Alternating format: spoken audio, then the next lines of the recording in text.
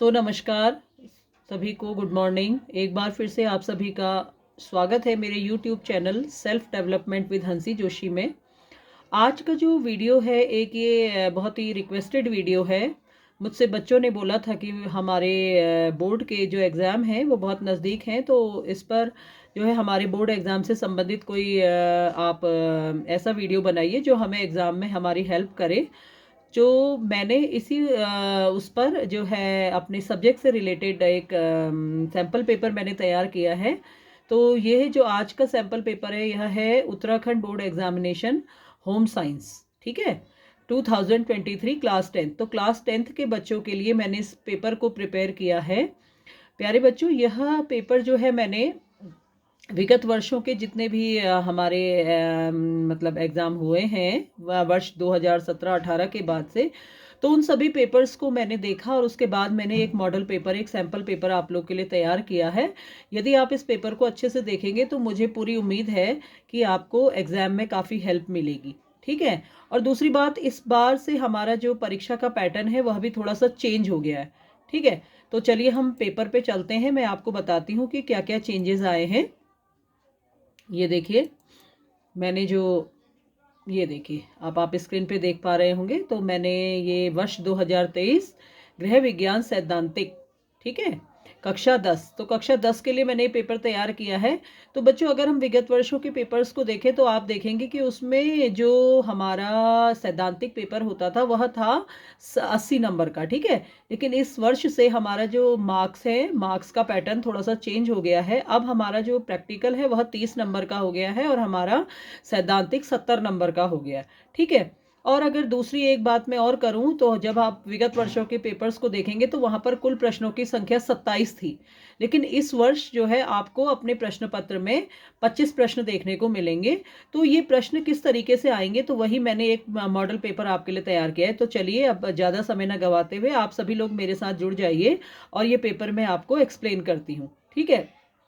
तो देखिए, जो सबसे पहला क्वेश्चन है आप देख रहे हैं यहाँ से निर्देश मैंने लिखे हुए। इस प्रश्न पत्र में कुल 25 प्रश्न हैं, सभी प्रश्न अनिवार्य हैं, ठीक है। ये देखिए, सभी प्रश्न अनिवार्य हैं। प्रत्येक प्रश्न का अंक उसके सम्मुख दर्शाए गए, प्रत्येक प्रश्न के अंक उसके सम्मुख दर्शाए गए हैं, ठीक है। तो ये हो गया। फिर उसके बाद देखिए, अब हम प्रश्नों पर आ जाते हैं। देखिए, अगर आप प्रश्न देखेंगे तो प्रश्न संख्या 1 से 8 तक जो है, ठीक है, 1 के 8 खंड है जो कि बहुविकल्पी है, ठीक है, यानी कि पहला प्रश्न आपका बहुविकल्पी है। तो देखिए, यहाँ पर क्या होगा कि आपका जो फर्स्ट क्वेश्चन होगा उसमें आपके 8 उसके खंड होंगे और प्रत्येक प्रश्न उसका 1 नंबर का होगा, यानी कि पहला प्रश्न आपका 8 नंबर का है, ठीक है।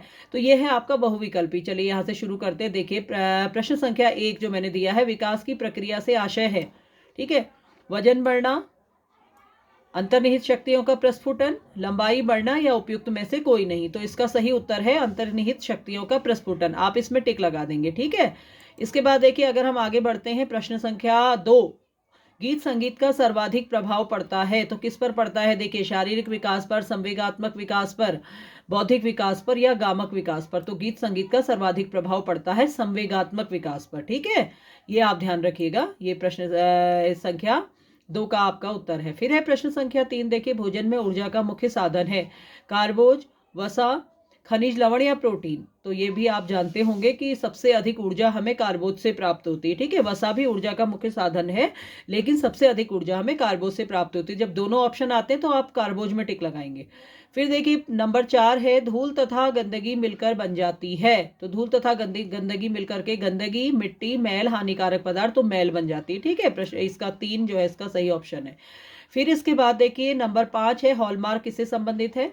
खाद्य वस्तुओं से, सोने के आभूषणों से, पेय पदार्थों से या विद्युत उत्पादों से। तो फिर आपको ये जानकारी शायद होगी कि सोने के आभूषणों से। यहाँ पर बच्चे एक गलती करते हैं।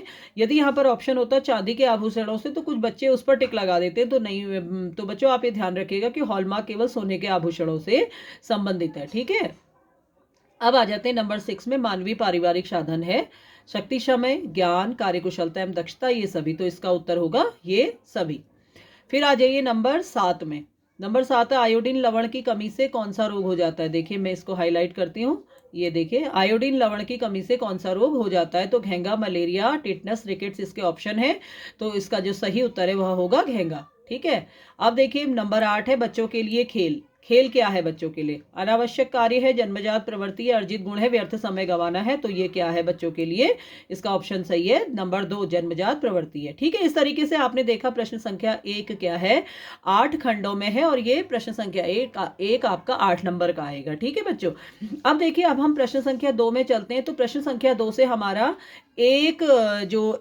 मतलब ये 1 मार्क्स का इस जो है आपने मतलब 1 मार्क्स का होगा प्रश्न संख्या 2 से लेकर के प्रश्न संख्या कहाँ तक है ये देखिए, प्रश्न संख्या 2 से लेकर के प्रश्न संख्या 6, 7 तक आपका 1 नंबर के प्रश्न आएंगे। ठीक है, तो इनका उत्तर आपने कितने में देना है? इसका उत्तर आपने या तो एक शब्द में देना है या एक वाक्य में देना है। ठीक है, तो मैं इन्हें भी एक्सप्लेन करती हूँ। देखिए कार्बोज कितने प्रकार के होते हैं, सामाजिक विकास के लिए अनिवार्य कारक क्या है, साबुन में मुख्य रूप से कौन कौन से 2 तत्व होते हैं, फिर मैंने जो अगला प्रश्न दिया है मानक उत्पादों से क्या आशय है, फिर उसके बाद अगला जो मेरा प्रश्न है वह है लौह खनिज की कमी के कारण कौन सा रोग हो जाता है। ठीक है, अब देखिए आगे बढ़ते हैं। हाँ, ये देखिए नंबर 7 है, दूध एवं दूध से बने पदार्थों का परिवहन किस रूप में किया जाना चाहिए। ठीक है, तो यहां तक आपके 1 नंबर के प्रश्न है जिसका उत्तर आपने क्या देना है, एक शब्द में अथवा एक वाक्य में। फिर हम आ जाते हैं देखिए प्रश्न संख्या 8 में। तो प्रश्न संख्या 8 से लेकर के जो 12 तक के प्रश्न हैं वह आपके 2 नंबर के होंगे। तो बच्चों जब आप 2 अंक वाले प्रश्न का उत्तर देते हैं तो इसका उत्तर आपको कम से कम 20 शब्दों में देना चाहिए। ठीक है, तो मैं इन प्रश्नों को भी यहाँ पर एक्सप्लेन करूंगी कि जो जो प्रश्न मुझे लगा कि इस वर्ष के लिए इंपॉर्टेंट है। पहला है नाशवान भोज्य पदार्थों से क्या आशय है। फिर देखिए नंबर 9 है खेल की 2 मुख्य विशेषताओं का उल्लेख करो।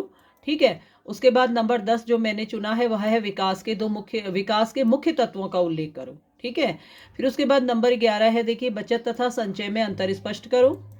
नंबर 12 है आपका भाषा के विकास की मुख्य अवस्थाएं कौन सी हैं। ठीक है, तो यहां तक आपके जो प्रश्न है वह 2 अंकों के होंगे। फिर हम आगे बढ़ते हैं। अब हमारा प्रश्न संख्या 13 है। तो प्रश्न संख्या 13 से लेकर के प्रश्न संख्या 18 तक के जो आपके प्रश्न होंगे वह आपके 3 अंकों के होंगे। ठीक है, ये बात आप ध्यान रखिए। तो 3 अंकों का जो प्रश्न है उसका जब हम जवाब देते हैं तो उसका उत्तर आपको कम से कम 30 से 40 शब्दों में देना चाहिए। ठीक है, ये बात आप ध्यान रखिए। तो प्रश्न संख्या 13 देखिए है ICMR द्वारा निर्धारित 5 आहार समूह का विवरण प्रस्तुत कीजिए। ठीक है, प्रश्न संख्या 14 है आहार नियोजन तथा आहार तालिका तैयार करने में क्या अंतर है। प्रश्न संख्या 15 है पारिवारिक व्यय के विभिन्न प्रकारों का वर्णन करो। फिर है आपका प्रश्न संख्या 16 गीत संगीत का शिशु के विकास पर क्या प्रभाव पड़ता है। ठीक, अब आ जाइए प्रश्न संख्या 17 में। प्रश्न संख्या 17 आपका है टिप्पणी लिखे भारतीय मानक संस्था। तो यहां पर भी आप एक टिप्पणी लिखेंगे भारतीय मानक संस्था के बारे में 30 से 40 शब्दों में। अब आपका प्रश्न संख्या 18 है वस्त्रों पर लगे चाय कॉफी के धब्बे छुड़ाने की विधि लिखिए। ठीक है, अब देखिए अब हम प्रश्न संख्या 19 में आ जाते हैं। तो अब आप यहाँ पर देखेंगे प्रश्न संख्या जो 19 है, 19 से हमारे जो प्रश्नों का जो वेटेज है यानी कि अंक जो है वह 4 नंबर के हैं। ठीक है, अगर आप विगत वर्षों के जो पेपर है वो देखेंगे तो ये विस्तृत उत्तरीय प्रश्न 5 अंक के होते थे, लेकिन अब ये कितने के कर दिए गए हैं, 4 अंकों के। तो देखिए जो हमारे 4 अंकों के प्रश्न हैं इसका उत्तर आपको बच्चों 60 से 70 शब्दों में देना चाहिए। ठीक है ना, तो इस प्रश्न को सुन लीजिए आप। प्रश्न संख्या 19 मेरा है वस्त्रों की सफाई के मुख्य कारक के रूप में साबुन का महत्व एवं प्रकारों का उल्लेख कीजिए। ठीक है, फिर अथवा, देखिए अथवा पर भी कुछ बच्चे जो है वो यहाँ पर थोड़ा सा वो हो जाते हैं कि हमें दोनों प्रश्न करने या एक। तो प्यारे बच्चों यहाँ पर आपको कोई कंफ्यूजन नहीं करना है। अथवा का मतलब होता है या आप ऊपर वाला प्रश्न करिए या आप अथवा के बाद जो अगला प्रश्न दिया गया है वो करिए। तो यहाँ पर मैंने देखिए दूसरा प्रश्न अथवा में दिया है ऊनी वस्त्रों की धुलाई की विधि तथा आवश्यक सावधानियों का उल्लेख करो।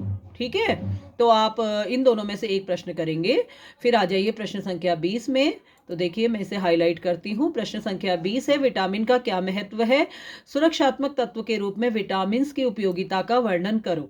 यहाँ पर भी देखिए मैंने अथवा दे रखा है, यानी कि या तो ऊपर का प्रश्न करिए या नीचे का। और नीचे का प्रश्न आपका जो है प्रश्न संख्या 20 वह है प्रोटीन के विषय में क्या जानते हैं, प्रोटीन की प्राप्ति के मुख्य स्रोतों का उल्लेख करो।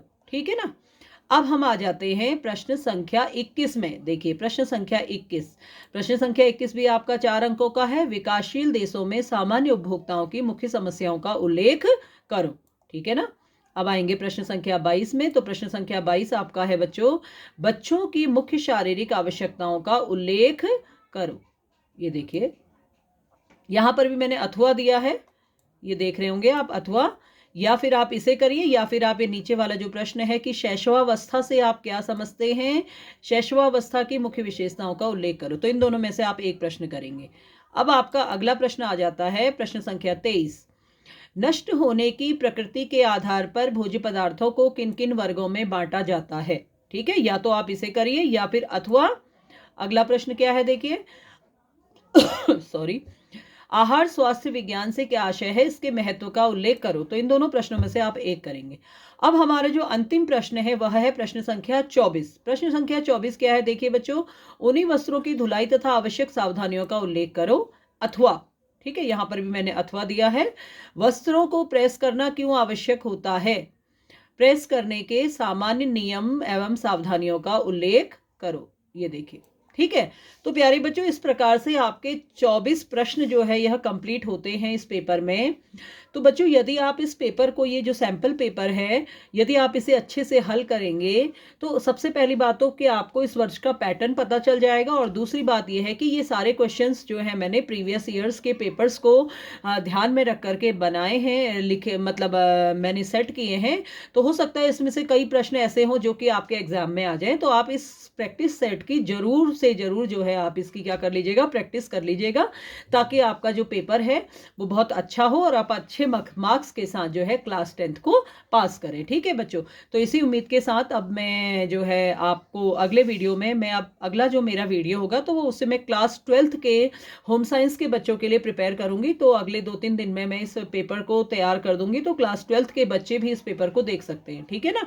तो बच्चों, आपको ये वीडियो कैसा लगा, आप मेरे, अच्छा एक बात और है, यदि आपको इस जो मैंने क्वेश्चंस यहाँ पर लिखे हुए हैं, ये क्वेश्चन जो मैंने दिए हैं, अगर इनका आपको उत्तर चाहिए तो मैंने आंसर की भी तैयार की है, तो मैं आंसर की भी आपको दे दूंगी। बस आप कमेंट बॉक्स में मुझे लिख करके बता दीजिए कि आपको आंसर की चाहिए।